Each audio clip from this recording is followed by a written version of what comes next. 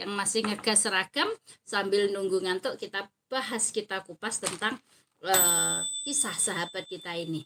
Kisah seperti ini sudah sering sekali dicurhatkan kepada saya dan sudah sering sekali saya bikin videonya, saya bikin live, saya jawab, tapi ini muncul lagi. Ya Bapak, kita bahas lagi ya. Mungkin ada dari pemirsa kita yang belum mau nonton video-video saya yang mengupas tentang hal ini. Baik, untuk kawan kita ini yang rumahnya ada di ujung jalan kampung, saya mau bercerita. Saya mau bercerita agar cerita saya ini bisa dijadikan solusi atau pilihan. Di desa saya ada seorang penjahit, saya katakan penjahit senior dan penjahit satu-satunya yang terbaik di daerah saya, di daerah Ngawi, di desa saya di Ngawi. Hampir semua orang tahu bahwa orang tersebut adalah seorang penjahit. Dan hampir semua orang tahu kalau jahitannya bagus. Karena di daerah saya yang namanya penjahit itu tidak banyak dulu ya. Di daerah saya yang namanya penjahit itu tidak banyak dulu. Nah, setelah saya beranjak dewasa, mulai banyaklah penjahit-penjahit bermunculan, penjahit-penjahit muda bermunculan, banyak yang kursus kemudian mendirikan jahit sendiri. Nah, disitulah mulai terasa di mana penjahit langganan saya ini merasa mulai ditinggal oleh pelanggannya. Mulai ditinggal oleh pelanggannya. Yang kedua, rumahnya ini sama persis dengan yang curhat kepada saya. Rumahnya ini di Gang Buntu. Orang untuk menuju ke sana itu sepertinya males kalau nggak penting-penting banget atau nggak ada tujuan yang ingin dilakukan. Jadi nggak ada orang yang lewat sama sekali. Bukan tempat jalan orang lalu lalang. Sehingga lama-kelamaan namanya redup, mulai tidak dikenal, usahanya makin lama makin sepi. Akhirnya pelanggan saya ini memberanikan diri untuk menyewa kios di pasar.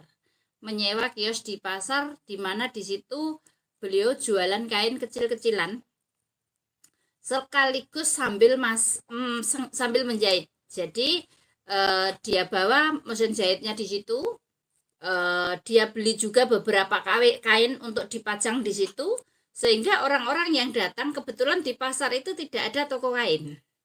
Di pasar itu belum ada toko kain, dan tetangga saya ini, pelanggan saya ini menyetok kain, menjual kain yang sudah dipasang-pasangkan, kemudian sambil di situ menjahit. Jadi beli kain bisa langsung dijahitkan di situ juga.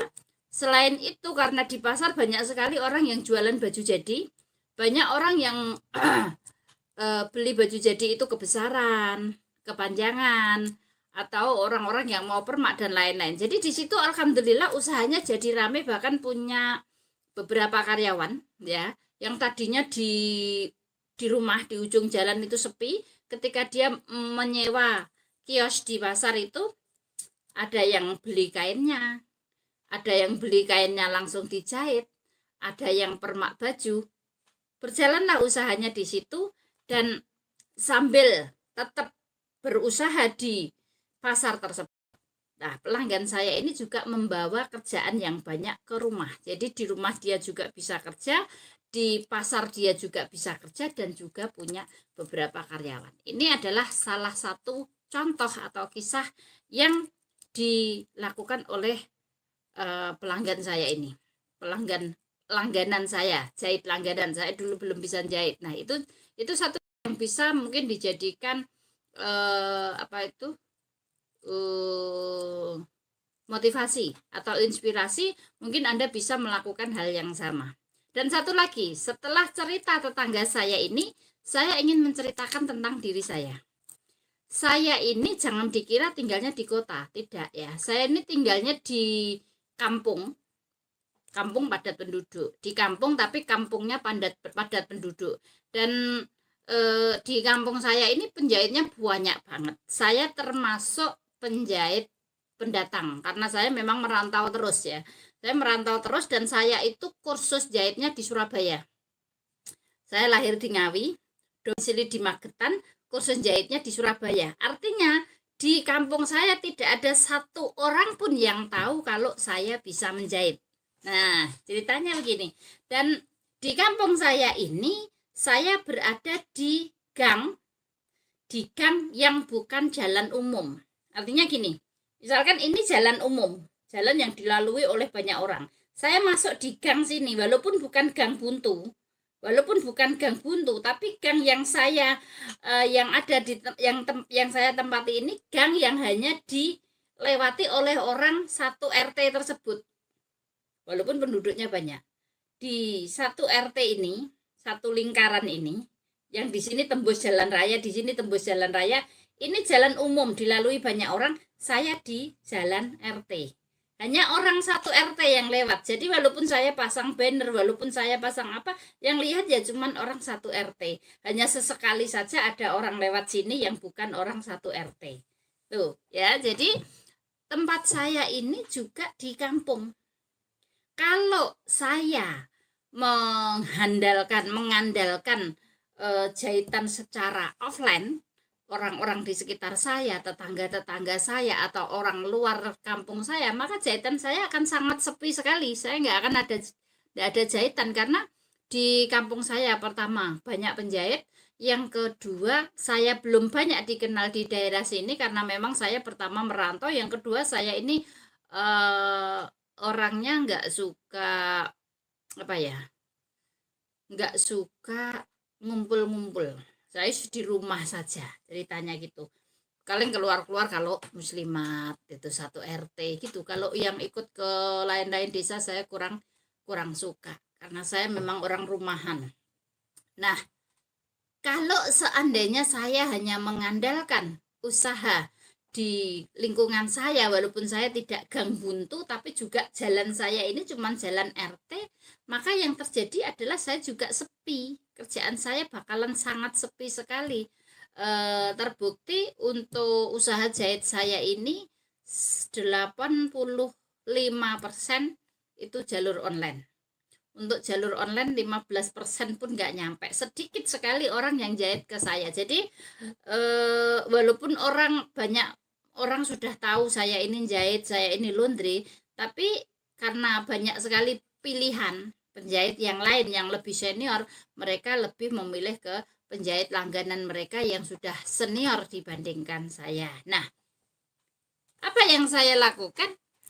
Untungnya saya ini dibekali talenta sama Allah itu, yaitu saya itu suka foto-foto. Jadi semua baju yang saya bikin, entah itu dari kain yang datang dari pelanggan, entah itu saya bikin sendiri untuk saya pakai sendiri, entah itu orderan yang saya bikin hanya untuk dipajang di patung, semua itu saya foto. Bahkan termasuk permakan pun saya foto. Dari hasil foto-foto itulah saya tayangkan di TikTok, saya tayangkan di Facebook, saya pamerkan di YouTube. Nah, dari situlah saya mendapatkan pelanggan secara online. Kalau mau mengikuti cara saya mencari pelanggan secara online, yang harus dilakukan adalah eksis di dunia maya. Dengan kita eksis di dunia maya, banyak dikenal orang, produk kita banyak kita tampilkan di situ, lama-lama kita akan mendapatkan pelanggan juga dari jalur online. Memang harus dirintis, tidak bisa tiba-tiba mendapatkan banyak orderan. Jadi untuk orderan saya sendiri pun kemarin dapat orderan dari Sumatera dari Sumatera Selatan itu 68 atasan, dari Kalimantan 80 setel. Terus kemudian dari mana tadi datang ada 13 gamis, ada 13 potong gamis yang orderan yang masuk ke saya. Kalau saya ngandelin jalur offline, maka saya juga tidak punya kerjaan. Jadi untuk kawan kita yang curhat kepada saya tentang usahanya yang sepi karena di ujung kampung, ujung jalan atau jalan buntu, ada dua pilihan. Silahkan Anda ngontrak di tempat ramai, pelan-pelan jalani usahanya. Mungkin memang rezekinya Anda harus keluar dari kampung, atau ikuti cara saya menjaring pelanggan secara online ya. Dua cara yang bisa Anda pilih, mudah-mudahan bisa menginspirasi, mudah-mudahan bisa membuat Anda terbuka pikirannya sehingga Anda bisa mengambil keputusan untuk mengambil jalur online. Jadi kita tidak perlu ngontrak, tidak perlu cari kontrakan. Kalau jalur online tidak perlu cari kontrakan, cuman kita butuh HP yang bagus, kita butuh rajin foto-foto, atau kalau ndak ada orderan, ndak ada yang difoto, ya kita rajin bikin baju untuk pancingan. Nah, kita bikin baju untuk pancingan. Jadi saya di rumah ini hampir di setiap sudut rumah saya ini ada baju. Di kios saya banyak sekali baju saya, baju dari Perca yang saya pajang, yang tujuannya untuk promo, untuk difoto-foto, untuk dilihat kalau ada orang yang datang. Di samping rumah saya juga ada berjajar 4-5 patung yang saya kasih baju buatan saya, yang tujuannya untuk apa? Ya untuk difoto-foto, untuk menjaring pelanggan. Kalau ada tamu ke sini melihat, oh bajunya bagus-bagus. Kalau ada pelanggan laundry yang datang, bajunya bagus-bagus. Termasuk diri kita sendiri ini dijadikan ajang promosi. Jadi apa yang kita pakai itu melambangkan bahwa kita ini pekerja fashion. Dengan kita memakai baju-baju yang modis, orang akan melihat, oh dia penjahit, bajunya bagus-bagus. Mungkin dari situ kita juga bisa menjaring pelanggan. Jadi banyak sekali cara untuk menjaring pelanggan. Bisa secara offline dengan menyewa kontrakan atau kios di Jalan Rame, bisa juga secara online seperti yang saya jalankan, bisa juga dengan cara menjadikan diri kita sebagai objek untuk promosi. Kita pakai baju, sesuaikan dengan jilbabnya, dilihat orang, bajunya bagus, iyalah dia kan penjahit. Dari omong-omongan, dari getok tular kalau orang Jawa, dari mulut ke mulut, sehingga orang lama-lama juga akan tahu kalau kita ini penjahit. Nah, untuk yang baru pindah, yang baru merintis, atau yang baru mengikuti suami sehingga harus pindah domisili, itu untuk sukses, untuk bisa menjalankan satu usaha itu memang butuh proses. Tidak ada yang ucuk-ucuk sukses, begitu mendirikan usaha jahit langsung ramai, nggak ada. Butuh perjuangan dari satu pelanggan ke pelanggan yang lainnya, seperti itu.